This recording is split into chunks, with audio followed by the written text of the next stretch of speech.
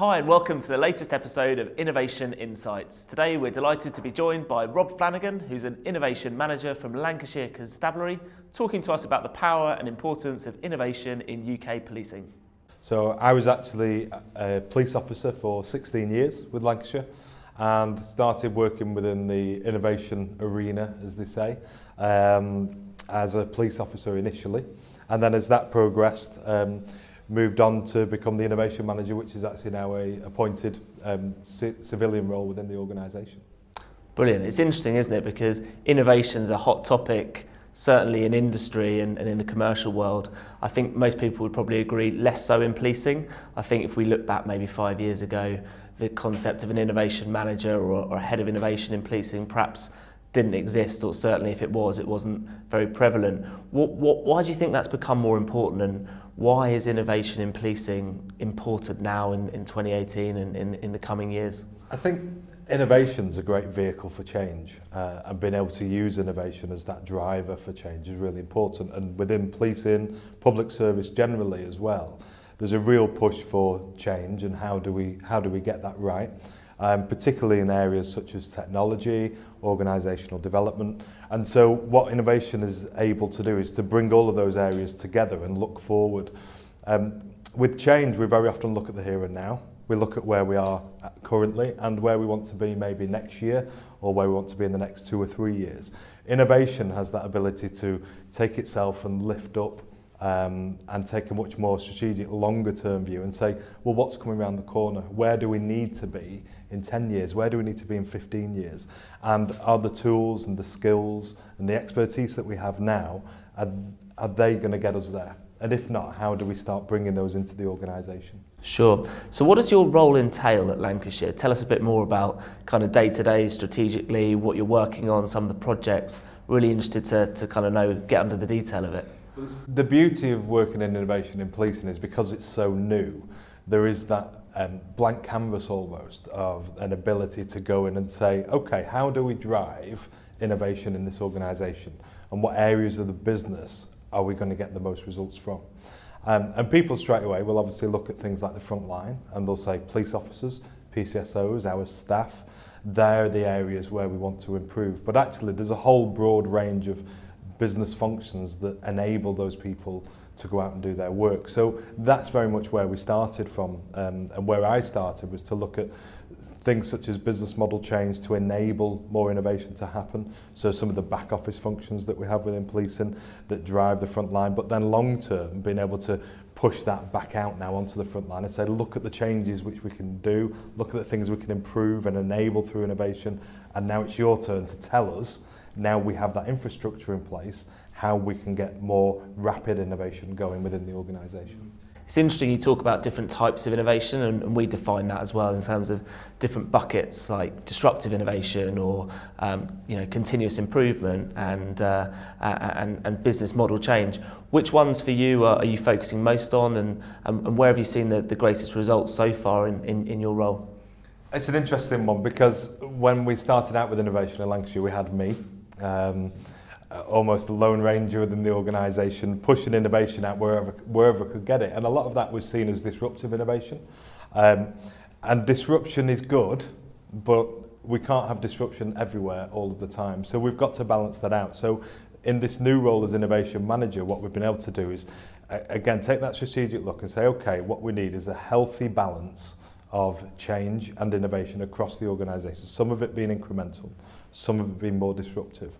And being able to balance all of that across the next 12 months, the next 3 to 5 years, and then keeping that eye on where do we need to be much longer term as well. And in terms of some of the successes, I know that we've talked before about some of your really exciting projects you've worked on. Can you just share with our audience some of the successes you've had at Lancashire, some of the kind of the Wildcard projects that perhaps seemed a bit wacky at first but have actually turned out to be really successful? Yeah, so the first one I can think of, which was quite a quick project really, quite a rapid, fluid project, was the Amazon Alexa program.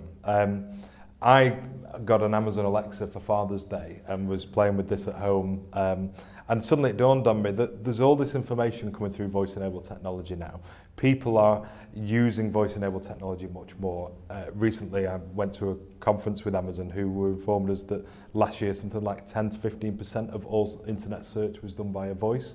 And so I started to think, well, why aren't we engaging with our communities via this type of technology? So we developed the Lancashire Police Alexa skill, which gave people information about our news. It gave people information about our missing and our wanted people, and very geographically ring-fenced to Lancashire.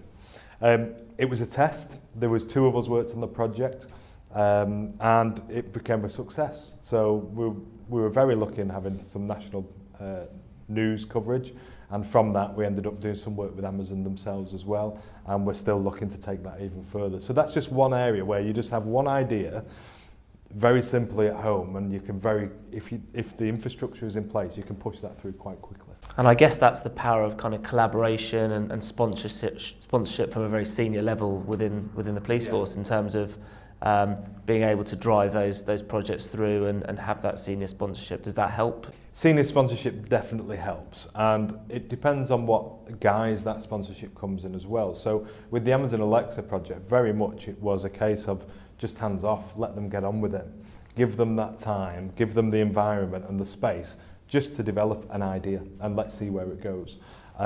With other projects such as the Lancashire Forensic Science Academy, which was a whole business model change for the organisation, that took much more involvement from the senior management around contracting, law, the requirements around procurement, and all those other areas that really impact on that what is a disruptive change to an area of our business. That's interesting as well, isn't it? Because again, that borrows some of the successes from business and commerce that we've seen in recent years, which is around this concept of setting up innovation labs and the ability to be very agile and quick and learn and fail fast, and it's really exciting that you're bringing that to policing in the UK, and that you are being given that freedom to trial and get on with it and test something, and hey, look, it might not be perfect, might not be brilliant, but you can iterate it and develop it. I think, would you agree that's a new approach in policing, where perhaps historically things have been a bit more structured and perhaps over too much governance in some respects? I think things will always be structured within policing. There'll always be that governance, and again, it comes back to this balance of being able to. We can't do what some of the private companies can do. What some of the enterprises are able to do is fail fast, and also take more risk than we can. And risk is a huge area. So we are coming from a sector that is very risk averse, because if we get it wrong, people's lives are impacted massively. Something that's interesting as well is how you measure innovation, because some of it can be very metric based, and you can really sort of do cost benefit analysis on ideas that are implemented and start to really measure in granular detail the delivery that's come back to the force.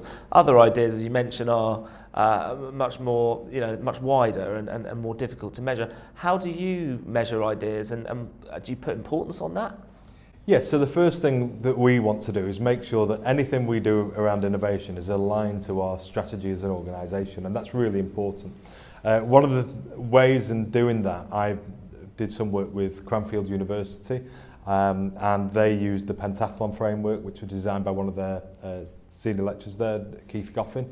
And that, for me, is a really useful tool to make that starting point with how do we get innovation out, how do we strategize innovation, and how do we make sure that that fits in with all the things that we are doing in our organisation.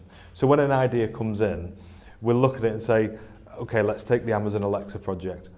Why did we do that? Well, because we are constantly looking for improved ways to communicate and engage with our public. So that might not be something that impacts tomorrow. But if this grows as the market says that it will do, then actually as a police force, we're going to be the first ones there to be able to engage our communities in that way. And so that falls right through to everything that we do. Somebody comes up with an idea, well, why did we do that? When we were doing Lancashire Forensic Science Academy, we were going through a period of austerity. We were looking for ways both to save money, but also to improve our services. the Forensic Science Academy allowed us to do that by collaborating with a partner outside of policing and enable all of the staff to remain where they are, for us to continue providing a high-level gold service within forensic science, but also not to make any cuts, which in itself is an innovation, because we didn't have to save money, we actually invested and we generated an income within that area. Rob, the projects you're working on sound really exciting to see how they play out, and thanks for joining us on Innovation Insights.